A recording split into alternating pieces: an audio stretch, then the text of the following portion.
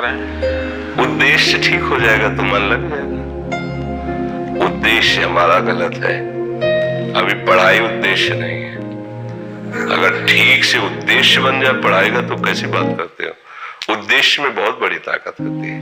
हर कष्ट सहते हुए अपने उद्देश्य की पूर्ति में कदम नहीं लड़खड़ाते, जिसका उद्देश्य बन जाता है।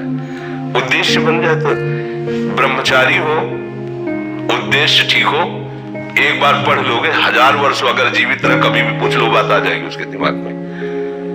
अब नाना प्रकार की क्रियाओं से ब्रह्मचर्य का नाश करे, अपने उद्देश्य का नाश करे, फिर यही बातें होती जो आप कह रहे हो।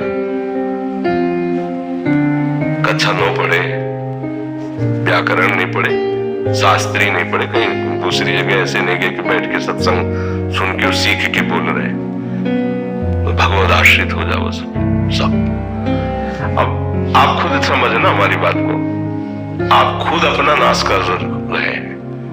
ब्रह्मचर्य का नाश वीर का नाश जीवन का नाश है।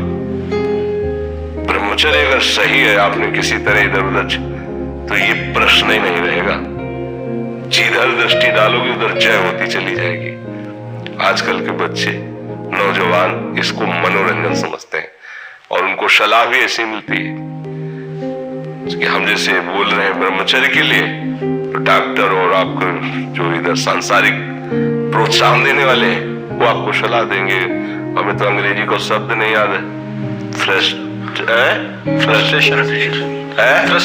हाँ, यही जो स्टेशन कह रहे हैं गाड़ी स्टेशन से अलग कर दो तो बोले तुम बहुत शांत हो जाओगे और फिर अपने काम में देखो कैसा उपदेश दिया जा रहा है कि वो।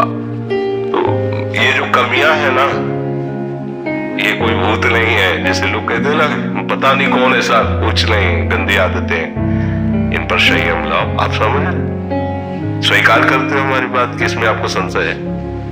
हाँ, तो आप देखो, हम आज ही सत्संग में बोल रहे थे, हमारे रक्त का स्वभाव है ऐसे, जैसे कट जाए ना तो उसका स्वभाव थोड़ी देर में गाढ़ा होने की कोशिश करेगा।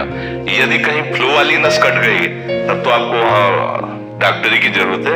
अगर ऐसे कहीं त्वचा में ऐसे, तो उसका स्वभाव गाढ़ा हो जाना, वो थोड़ी ही देर में वो अपने आप को बांध लेगा, क्योंकि रक्त का एक स्वभाव होता है। अगर वो बाहर किसी तरह भी आया तो ठंडा होकर गाढ़ा हो जाएगा, वो रोक लेगा। इसकी आखिरी परिणति है वीर्य, वो स्वयं से नहीं निकलता, वो इससे भी गाढ़ी वस्तु है, वो घर्षण से निकलता है। अगर आप उसको गर्म न करें चिंतन के द्वारा, क्रिया के द्वारा, तो नहीं निकलेगा। और जब हम उसको, तो फिर वो जीवन को नष्ट। प्राय इस पर बच्चे ध्यान ही नहीं देते कि ये कोई मार्ग भी है। और परिणाम क्या होता है कि फिर संसार में जिसे डिप्रेशन कहते हैं, मानसिक रोग से ग्रसित हो जाते हैं, क्योंकि इसका परिणाम यही है, या तो आपको प्रमाद और आलस्य युक्त होकर समाज से अलग पड़ा रहना पड़ेगा, और या फिर आखिरी आत्महत्या कर ले, ऐसी सलाह आपका मन देगा, ऐसी स्थिति में पहुंचा देगा। इसलिए हमें लगता है जब तक ब्याह न हो तब तक ब्रह्मचर्य से, और ब्याह भी हो जाए तो संयम से रहे। ये जीवनी शक्ति है, इसे के साथ खिलवाड़ नहीं करना चाहिए। पढ़ाई लिखाई वो कैसे तुम्हें बताए, अभी आप छेड़ना मत। जैसे लोग कहते ना, मैं बहुत परेशान, कुछ करता नहीं, वैसा हो जाता वैसा हो जाता है, तो आपको हम बता रहे रक्त का स्वभाव है जैसे, तो इसकी आखिरी परिणति है वो वीर। उसका स्वभाव नहीं है बहना, उसका स्वभाव ऐसा है, उसको जब तक ताप नहीं लगेगा तब तक वो बाहर नहीं हो सकता। आपने गलत अभ्यास किया, माना 2-4 महीने 5 महीने वो अपने अभ्यास बस पतित होगा, लेकिन आप छोड़िए, उसका चिंतन छोड़िए, उसकी क्रिया छोड़िए, अपने आप वैसे हो जाएगा। जैसे रक्त है, आप 1 महीने में देना शुरू करो, जो देने का नियत कितना, 100-200 ग्राम 500 ग्राम जो भी दिए, 300 जो भी आप दीजिए, हर महीने तैयार हो जाएगा। और आप ना दीजिए तो आपके शरीर को अभ्यास हो जाएगा, आप दीजिए तो शरीर को अभ्यास हो जाएगा। वो शरीर, अगर आप रोज 300 तो फिर क्या होगा, आप मर जाओगे। समझ रहे हो ना? ऐसे शरीर की क्षमता, जैसे डॉक्टर जन के देखते हैं तुम्हारी क्षमता नहीं खून देने, चलिए, क्योंकि अगर निकाल लोगे क्षमता नहीं तो उसकी हानि हो जाएगी। हाँ, तुम्हारी क्षमता है, तुम्हारे अंग ठीक है, तुम स्वस्थ हो, महीने में ऐसा जो समय अवधि सोचो, रक्त की आखिरी परिणति वो है वीर्य। और आप क्या कर रहे हैं? रोज कई कई बार। आपका परिणाम क्या होगा? अगर रोज वो खून निकाला जाए तो आदमी की हालत क्या हो जाएगी? खून की आखिरी परिणति है। अन्न रस जो हमने पाया, उसकी परिणति धीरे धीरे परिवर्तित होते हुए मांस और मज्जा, रक्त, वो आखिरी सप्तम धातु है वीर्य। और उसके साथ ऐसा खिलवाड़, कैसा जीवन होगा आपका? तो इस पर कोई विचार ही नहीं करता, समझता है तो केवल बाबा जीओं का विषय। नहीं, आप मनुष्य शरीरधारी हो, आपको भी संयम से चलना है। और जब तक ज्ञान हो तब तक तो संयम से ही चलना चाहिए। बच्चे बच्चियों को तो गृहस्थी में अच्छे गृहस्थ बनेंगे जाकर, फिर उनकी हानि नहीं हो पाएगी उतनी। अब पहले से तो फिर अब वो पढ़ाई में मन कैसे लगे जब आपके पास पढ़ाई वाली सामग्री नहीं रह गई। पहले क्या होता था, जैसे गुरुकुल में स्मृति आपकी कमजोर हो रही तो मेधा शक्ति बलवान करने के लिए ब्राह्मी शक्ति उसको पिलाई जाती थी। ब्राह्मी ये चीजें क्यों? क्योंकि उनमें इतनी शीतलता, उनमें पौष्टिकता है कि वो वीर का वर्धन करके वीर को रोकेंगी। खास बात उसमें होती थी।